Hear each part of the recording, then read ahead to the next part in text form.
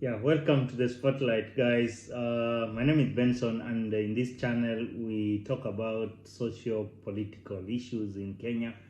And today, I want to look at this issue of the presidential term limit and how it's likely to affect one region more than any other part of the country, Kenya, and that is the Mount Kenya region. What is the impact of that statement, and how will it affect whoever comes from Mount Kenya, and mostly the political class? If you are here for the first time, I want to request that you consider subscribing, and those who've already subscribed, guys, I want to thank you for the support that you've given this channel, and continue giving the videos a like, and if possible, share the videos to your friends. If you find something new here, or you have an idea on what we can do to keep improving our discussion, you can let us know.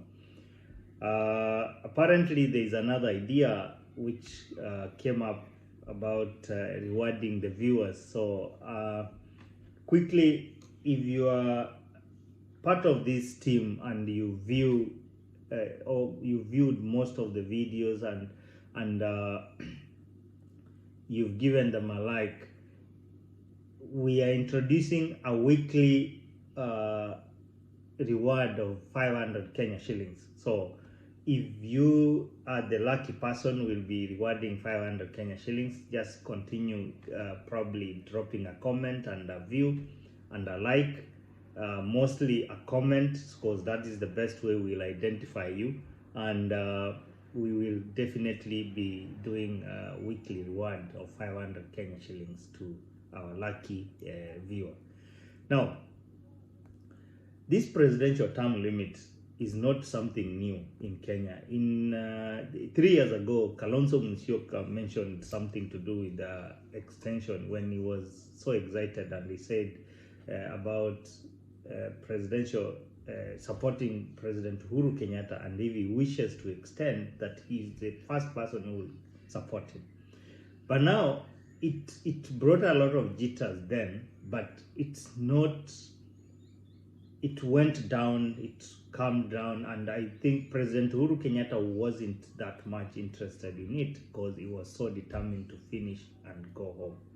Now it has come up actually as soon as William Ruto has gone into power, and there's a reason why these guys are doing that. Probably they are testing the waters.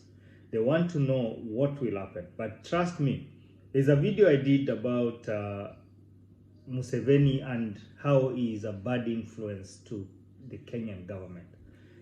Definitely, William Ruto is a close friend to Yoweri Museveni, and the way Museveni has stuck to power for close to four decades is likely to influence William Ruto's decision on trying to change the constitution, and that is why William Ruto is so determined to have most of these members of parliament to his side. And you remember, it has come up with from a specific corner, the least expected, an MP coming up and saying, oh, this is what we intend to do, and he's a UDA MP. This is likely to affect the Mount Kenya region mostly because of a few reasons. This is the first reason. The Mount Kenya people are not going to have any kingpin, according to what that statement means. William Ruto will try to finish anybody who looks strong from the Mount Kenya region. He'll divide them and put them in some categories. You are from Murang'a, you are from Kirinyaga, you are from this side.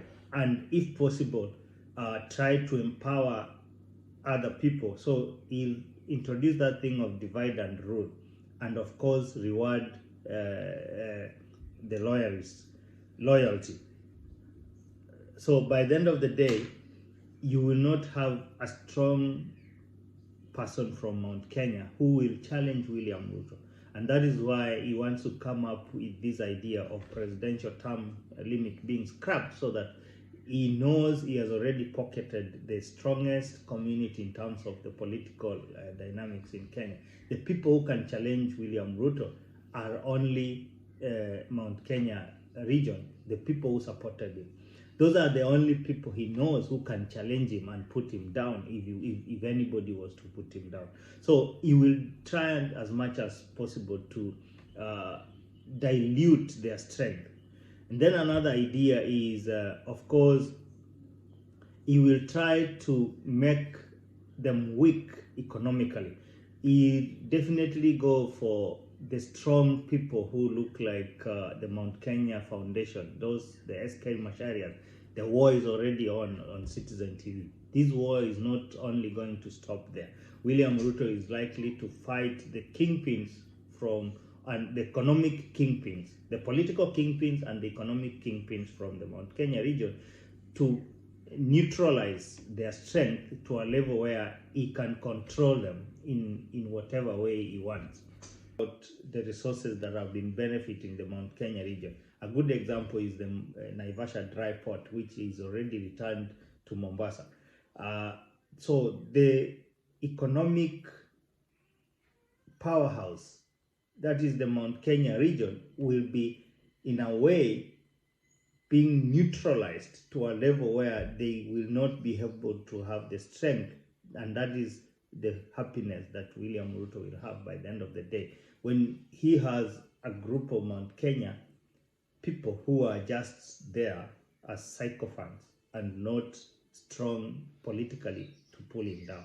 Now, before I wind up, I want to mention that this topic or this debate about the presidential term limit being scrapped is not likely to end soon. It might be covered up at this point, but it will resurface probably when William Ruto takes over office in the second term. That is when now the debate about presidential term limit will be more.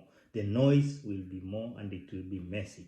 By that time, if I were the people of Mount Kenya, they should be wise enough and try as much as possible not to take this guy back to the office for the second term, because it is a red flag that this guy is likely to finish Mount Kenya politically, because he wants to stay in power for long, and he's likely to succeed because he knows how to maneuver his way out.